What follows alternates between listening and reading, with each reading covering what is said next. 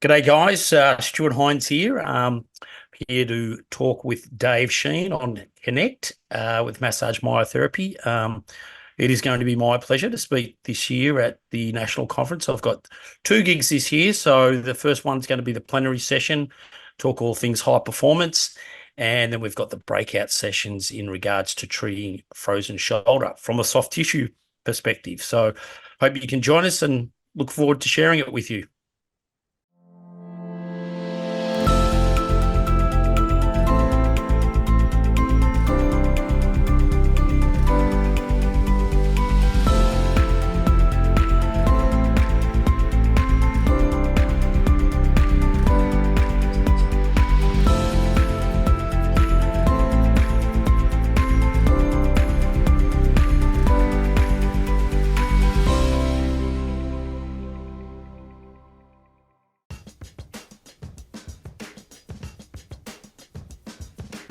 Clinical myotherapists combine fundamental health science knowledge with manual therapy, pain management and exercise therapy to help people recover from pain and injury, improving their physical function and quality of life.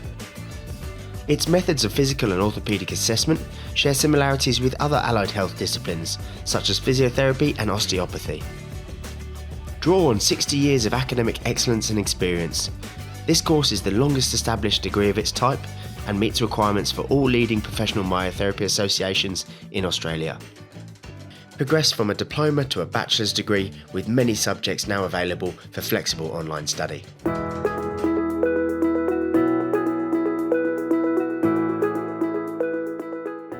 Hi everybody, this is Dave Sheehan from the Connect Show. Super excited, as I am every month, but particularly so because I've got Stuart Hinds talking with me today of all things conference and also about what he's been up to lately. Welcome, Stu.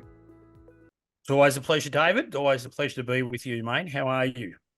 I'm going well. And in fact, I just checked in with the office and numbers for the conference are mounting, which is great. So we're getting lots of interest this year on the Gold Coast. And I think one of the draw cards, I reckon, is you. Oh, so do you? I do, because you've got a couple of really good topics. They're just awesome topics. Obviously, you talking a little bit about your experience working in the sort of elite athlete sort of arena, if you like. Yep. But we'll talk that in a sec because you also got Brendan. What's Brendan's last name? Brendan Cole. Brendan Cole, that's right. Who's also coming along and will be sharing some of his experience as well. So we'll talk about that. Then we'll also talk about the frozen shoulder segment for conference and a little bit about what you're up to in clinic and so on. So let's just get straight into it. As far as the plenary, Saturday morning, the plenary, it's going to be a great way to start the conference with you speaking about your experiences and also Brendan Cole. So you want to sort of unpack that a little bit? Yeah, sure. I think the draw card is Tweed Heads, by the way. But anyway, it's a crack. Look, honestly, it's a cracking place. So kudos to you guys for what an awesome place to run a conference. The plenary, yes. Well, yeah, I'm pretty excited about this because look, there's a couple of passions here for me. Obviously, one, I obviously love enjoying sharing my experiences working at these high performance elite areas. There's no doubt about that. But it's sort of a twofold sort of scenario. We're going to introduce the concept of performance therapy, which is bit of a tag term that's thrown around quite a lot now, especially in the sports medicine world, and everyone's sort of like trying to They're on the own. buzz. Well, and everyone's just trying to get their chunk of that world. And there's definitely, and I'm especially in strength and conditioning. They're talking about performance, working in high performance, and so from my perspective as a soft tissue therapist, a hands-on therapist, we certainly have an area there where we can grab hold of and actually try and own for ourselves. So I think the first part of the plenary will be about explaining about what performance therapy is and what that means to us, as opposed to, say, recovery stuff that we do and the boring old injury management. No one wants to look after injuries with athletes because injuries are the filthiest word in sports medicine. So how can we benefit our athletes better in this sort of, if you like, this new way of thinking of performance therapy? So I'll be unpacking what that means, and what my experience has been, and drifting away from some of those mainstream areas that we work in at High Performance, because 90% of people working in, AFL clubs, NRL clubs, or whatever the case, look, most of it is just recovery massage, and there's nothing wrong with that. That is an essential part for looking after athletes. As I mentioned before, injury management it's a filthy area, because we never want to be working with athletes who are injured, for obvious reasons. But how can we benefit our athletes better from what we do hands-on, and how does that translate to them performing better in the competition and what they do? And so I'll unpack that. A lot of that's to do with, there's a couple of key factors. One of them is know thy sport, so the sport that you're working with. The other one is building communication pathways with other people that feed back into that to that arena. And then the rest is trying to assimilate what it is, what skill sets you have that can benefit those athletes as well. And so, I mean, over the years, I've obviously found myself fairly frustrated in some of these environments where I just feel like I'm not using my full skill set to what it should be, especially in the sporting arena. And so out of that frustration, obviously, I built like high performance HIP protocol that I have, which is a baby of mine. And it's not about treating injuries of the hip. It's certainly not about recovery either. It is about helping the athlete perform by applying this technique and this protocol. So kind of maintaining function as optimal as possible. Yeah, and because I've worked with a lot of lower limb athletes most of my career, and obviously it's been a focus area for me. So, and look, that's a whole lecture in itself, which I want to dive down. But the idea of bringing that protocol together was over years and years of frustration of working with lower limb athletes, and then having them have hip restrictions that were commonplace, and seeing these same patterns over and over and over again. So obviously over the years, I developed this protocol and, put it into place to see if it works consistently, not just once off. And, and obviously I've shared it with hundreds of therapists, obviously here and overseas. And that's just one cornerstone of, say, performance therapy. So, in any of the Olympics or Com Games or wherever I've worked with, in a high performance situation, one of the things that I've done is I've immersed myself in the team, building communication pathways, either with the coach, strength and conditioning, physio, dietitian, whoever feeds into that athlete, and getting dialogue with them, knowing what's going on, what's happening with their training situation, what their movement patterns and what they do, and understanding the sport itself. Like, I remember when I went to Athens and I got thrown kayak canoe slalom, and I know nothing about canoe kayak slalom. So, it was, for me, I was like, well, I need to understand this sport, so I was lucky enough to spend a day with the athletes down at the training facility and actually watch them train. I got to speak with their coaches. So I got to understand really quickly what some of the physical ramifications of their sport, both in training and competition. And having that dialogue and seeing what works for some but doesn't work for others as well. And obviously for the rest of that campaign, working with those athletes was groundbreaking, because I had that experience. I was all of a sudden, okay, I understand where these guys are at, and how I could possibly benefit them. And one of the other things is actually asking the athletes, like, what is it do you think I could do for you? And I think a lot of therapists, for whatever reasons, I don't know if it's therapist ego, whatever the case may be, never ask their athletes, what role do you see me playing, and how do you think I can help you?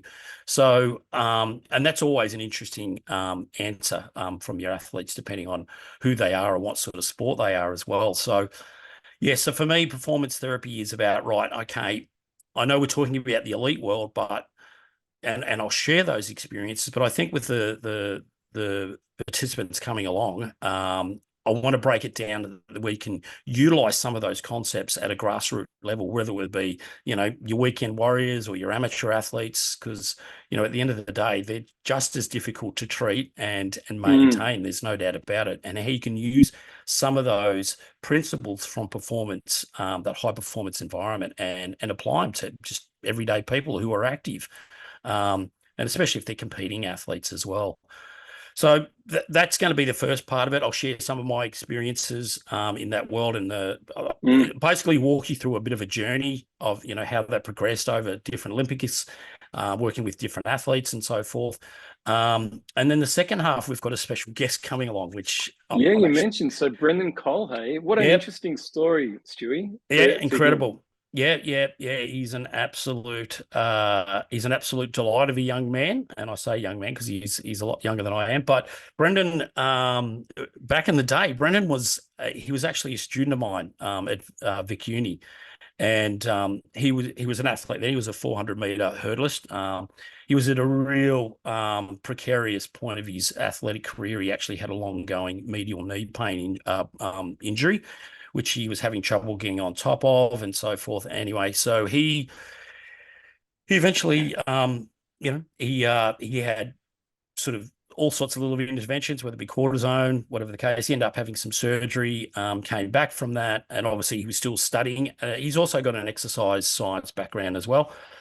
And he was a cracking student. If I could clone him as a student, it would have been absolutely brilliant. But he was just willing to learn. And obviously being an athlete, he knew so much about movement. Obviously he had a background in exercise science as well, which was great. He was working as a PT part-time. So, he was a perfect candidate to groom, if you like. And anyway, he came back from surgery, and it was sort of, as I said, he was on a fence on whether or not he was going to pull out from his career, actually. And I put it to him. I said, look, mate, if you want, I'm happy to help you in any way with what I do. Anyway, we got cracking and started treating him and so forth. And I just concentrated on his hip, and it was blowing his mind because he's going, this is medial knee pain. And I'm like, yeah, I know it's medial knee pain. Anyway. Yeah.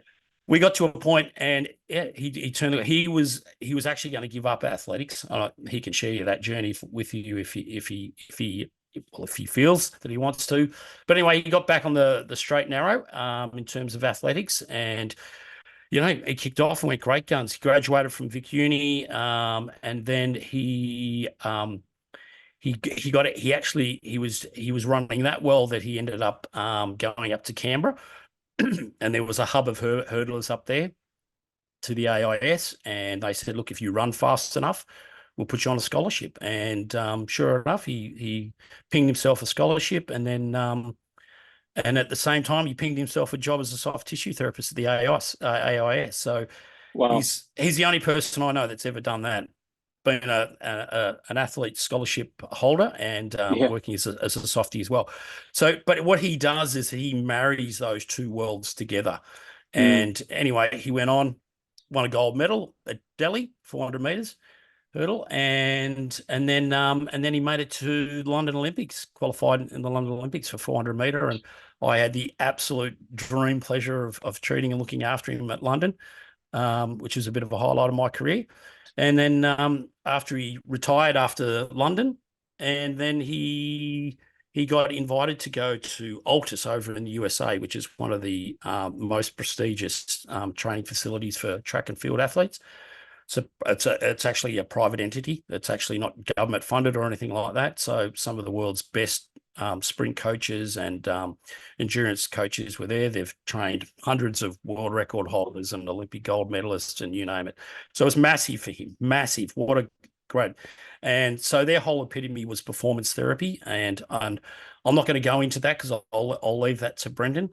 So he worked there in the summer, and then he got invited to work with, of all things, the USA bobsled team in Canada. And so he spent his summers in the States working at Altus, and then in the winter he was traveling around with the USA bobsled team, and that's a journey and a story of its own. Amazing. It's incredible. We better leave some secrets so that people actually come along to conference. Yeah. Oh, mate, there's a lot there. But anyway, over that's the amazing. years, yeah. So and look, the beautiful thing about Brendan is, he's got a wealth of knowledge and a wealth of experience from a therapist point of view, but also from an athlete's point of view. So I think it'll be critical for the participants, or people coming along to the conference to hear his journey and a little bit about high performance, at actually at another level at a training facility. So yeah.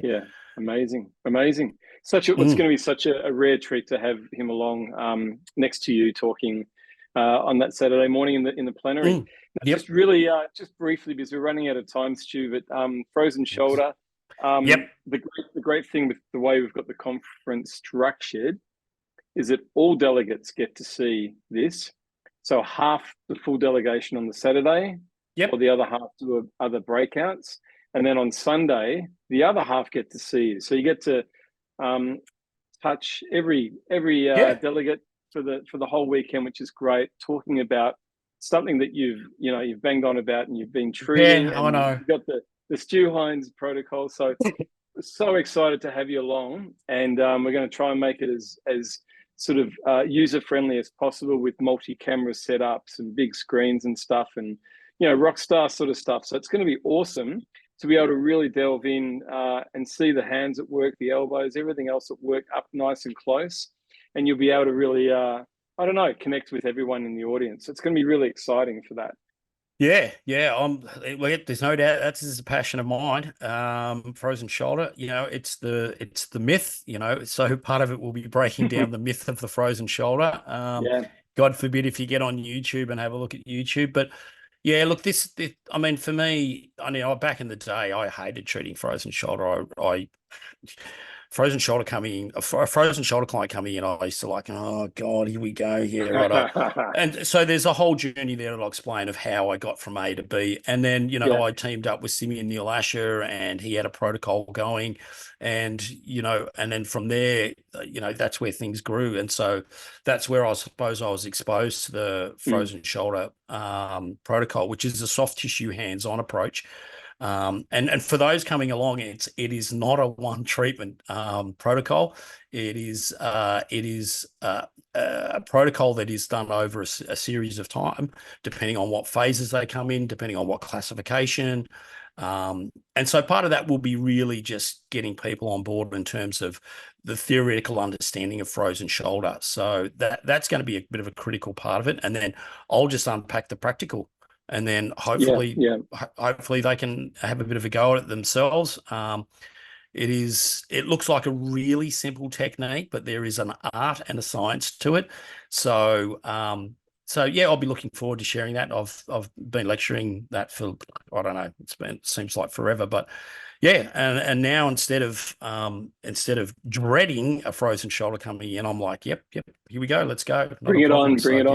Yeah. Fantastic. So and look, let's face it, it is probably one of the most debilitating conditions softies will see in their clinic. Apart from a nasty nerve root impingement or something, but yeah, frozen shoulders, it's pretty debilitating. So it's one a lot of therapists shy away from because they just don't have confidence in it. And you can upset them. That's the other thing as well. Yeah, you can flare things. Well, Stu, it's going to be an awesome conference, but what about you at the moment? Apart from, I know what's going on a little bit about what's going on in your life. You've got a wedding coming up. Yeah, getting married. You've got a I know. Kid Can you believe it? 18. Like it's 18, all happening, right? Yeah. Well, they're 24, 21, and 18 now, so I'm an empty nester. Getting married, that's probably a big one. I'm sure I'll be full of love when I get to Tweed Heads. And what about courses as well? We should talk about your courses. You've got stuff coming up, no doubt, as well. Yeah. I've done a couple of intro dry needling courses already this year. The second half of the year will be dedicated. I think I'm heading it back up to Newcastle, I think, for another intro dry needling course. I think I've got a hip protocol. I get invitations from all over the place. So it's whether or not the logistics work. These days, I don't necessarily advertise. So I just wait for people to reach out, Dave, to be honest. It's good. It's a good place to be. Yeah. And so, and then obviously I've got the therapist retreat happening in Bali this year, Dave. Ah, there you go. Fantastic. Yeah. So what a great place to have a retreat. Well, Can you imagine? Where did we ever get that idea from? I don't know. So yeah, I'm especially passionate about the retreats. I've ran two now, and they're fantastic. I mean, and Yeah. look, to give you an idea, the retreats are about therapists, about giving back to the therapists. So, we have a few presenters in the morning and so forth, and then the afternoon is just dedicated to treat. Well, I basically call it a treatment lab. Therapists just go wild. They just treat each other. Say someone comes in with a shoulder problem, they go, right, this is what I do. This is how I do it. I use that approach. Someone else comes in and says, well, look, this is what I do. And we talk assessment. And it's fantastic. And the juices just flow. Yeah, lovely. Yeah, Lovely. it is really, really special. And obviously what time of year? What time of year, Stu? we're looking at September this year. Okay. Yeah. So Yep. probably mid September. I'm pretty sure I've squared away that. But yeah, apart from those two, there'll be a couple of, like I said, workshops in Newcastle, maybe Sydney as well, and then Bali. And I don't know yet, but there's been a fishing rod put out to me in terms of going back to the US, but I don't know if I'll squeeze it in, but we'll see. That might be next year. And then the rest of it is just running the online platform, mate, the Stuart Hinds Academy, which is going great guns, which is another passion of mine. So and then the rest of the time is clinic, mate. Yes. Good on you. Well done. Yeah. Keep it up. Life is good. Yeah. Fantastic, Stewie. Hey, really appreciate you spending a little bit of time with us today on Connect and talking about conference, all things conference, and also a little bit about what you're up to as well. So for those, actually, we didn't mention your website. What's your website so we can pop it up on the screen? It's just stuart-hinds.com. There you go. So if people want to hear about retreats and that sort of thing, they can head there. Yeah. And again, everyone at home, we're still taking registrations for conference in May. So you can head to the association website as well. And you're mad if you don't go. It's Tweed Heads of all places. Like, seriously, exactly, you're a hop, right? skip, and a jump from Byron. You're a hop, skip, and a jump from the Gold Coast itself. Burleigh Heads, if you haven't checked that out, that's gold. I mean, we're going to see you on the dance floor, Stu, on Saturday night at the gala dinner. Oh, well, I might put some wedding dance moves together. Oh, okay. Well, Kath will be coming in, my lovely, so she'll be joining us. So she's the sunshine of my life. So yeah. Very good, mate. All right. I'll leave you to your evening. Thanks everyone for listening in. And Stewie, awesome to chat with you. And we'll catch up in May. Yep. Take care. Just be awesome. All right. Thanks everyone. Bye-bye.